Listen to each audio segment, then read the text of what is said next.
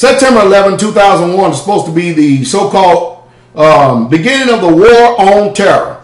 We were told by the news media, our federal government, the government of the United States of America, that there was terrorists. And there's a terrorist attack now. It seems to me, some also a decade later, that terrorists, or the word terrorists, or the name terrorists, or whoever these terrorists may be, or whoever they are, they still seem to have a nameless name and a face that you just cannot seem to pinpoint. So they told us from the very beginning that this war on terror could last over 100 years. But living here in America, it seems to me that the only war on terror has been perpetuated upon the continual loss of liberties and freedoms to the American citizens. Also, better be careful about that word American too, because the people or the powers that be that could be in positions may not like that term or may not like that description of word. But anyway, September 11, 2001 was supposed to be the pretense in which they started this so-called war on terror.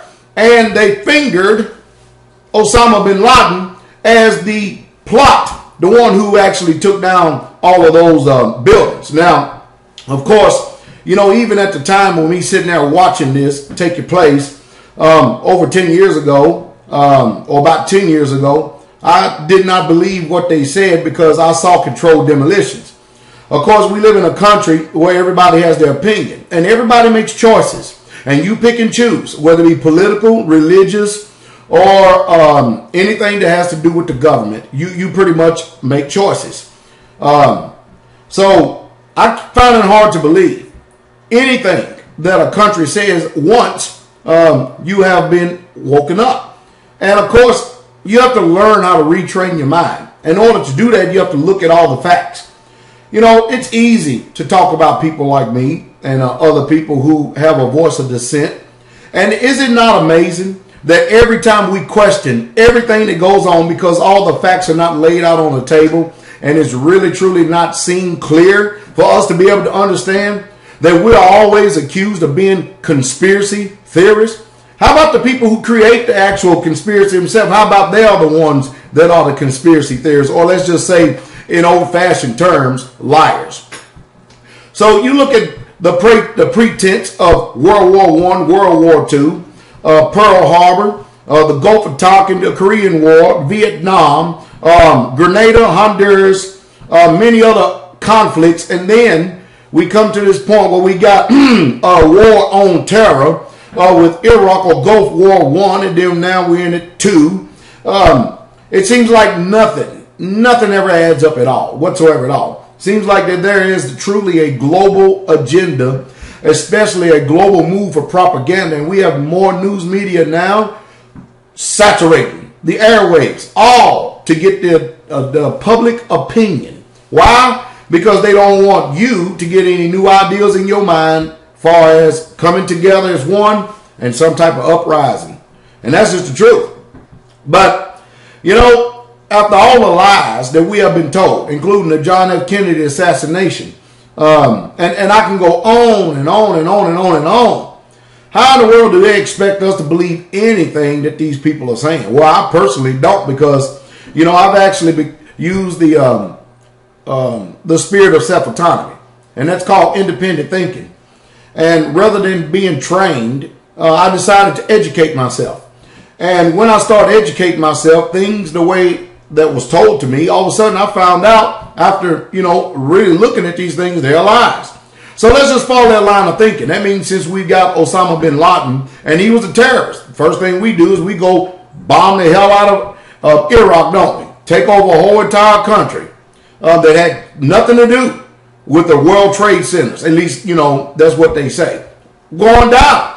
Or any of the attacks, so-called attacks on America.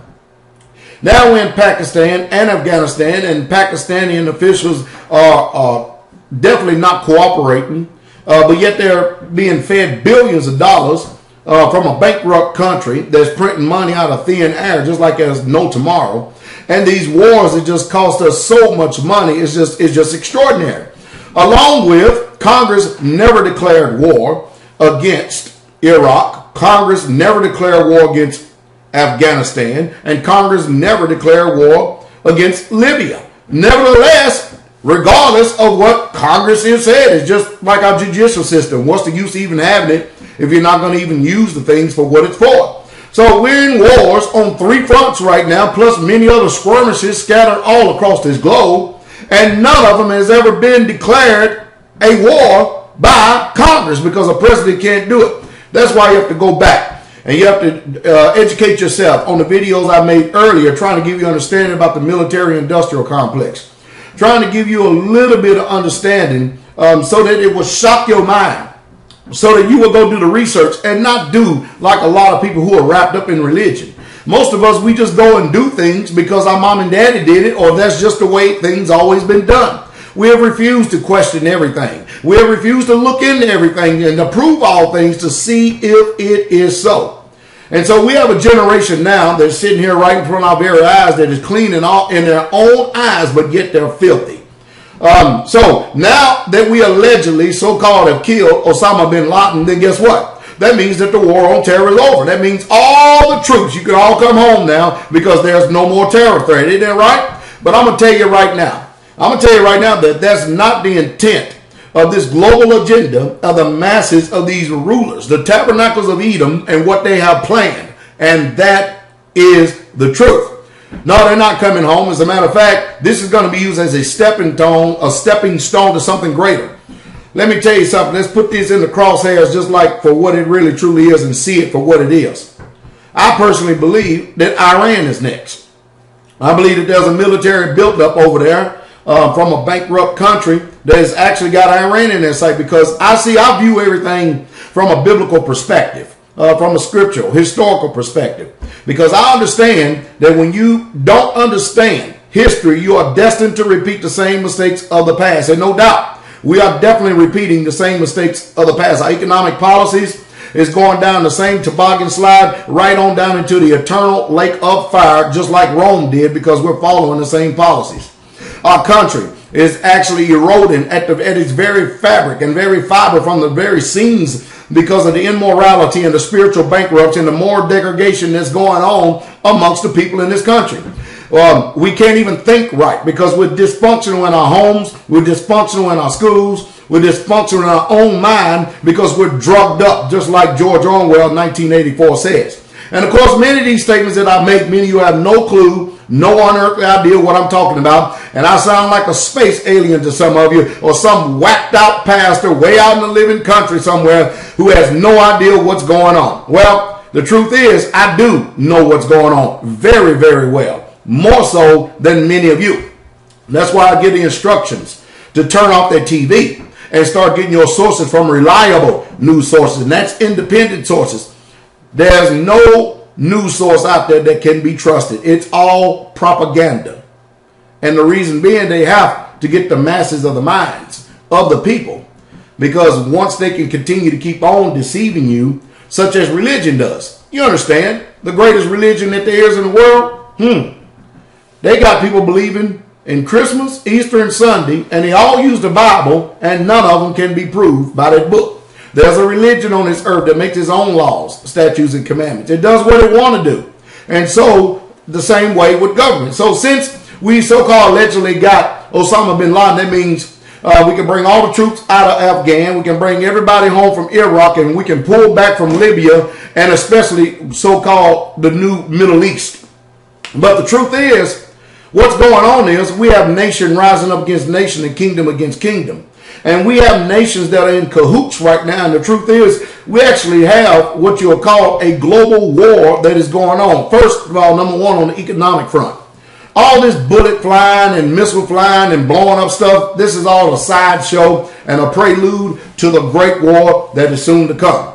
Well, I hope that some way, somehow, that you've got some understanding. Now the Patriot Act can be repealed, can't it? Because there's no need for terrorists, because we don't have any terrorism going on here in America, do we? So the TSA can be abolished. We can go back to our lives as normal. We don't have to worry about printing any money out of thin air because the value of the dollar is going to go up. We don't need other countries' oil and everything doing. You know, I mean, that's the real reason why we in these countries, for the resources, right? Why you think Africa is being exploited by every nation on this earth? Because of its resources. That's the only reason. That is the only reason. So, I guess what? I truly believe Iran is next. And I like for some of you to start making some videos, video responses to this video right here, and see if my sentiments is pretty much the same as yours. You know, we have an attitude in this country that is utterly amazing. Let me give you an example. All right. So our country, basically what they can do is they can go and kill civilians and call it collateral damage. But then a man can tie a bomb and strap a bomb to himself and call himself Muslim and holler Allah Akbar and go into a city or into a mall or on a bus stop and blow up innocent civilians, and we call that terrorist attack. Well, what about the perspective that we coming from? I mean, there's more civilians that have actually been killed in these quote unquote so-called wars and engagements. I'm beginning to wonder, who are the real true terrorists? How about you? I just know that I'm one man trying to do my part to help people wake up, to have you to understand that you yourself need to practice self-preservation. Anybody outside of the covenant that follows no set of rules or regulations, stay away from all those people who are in secret societies. I don't care what they are, even if it's the Glee Club of America. Stay away from them, because all of them, their allegiance belongs to somebody else other than the Most High. Well, this is Pastor Dow. I believe Iran is next. I believe we're staging up, stacking up, getting ready to war up and get boots on the ground, and we're missiling up for a war with Iran. If you think my sentiments are right, comment in the box down there, because I'm sure I'm going to have my dissenters. You better believe that. But I ask you to carefully think about what I'm saying. I like for men and women to be free, to live free. But, you know, since they have chemically induced our minds and our food so much, you can't even hardly find a person today that can even think right. And that's the truth. And that's the truth straightway.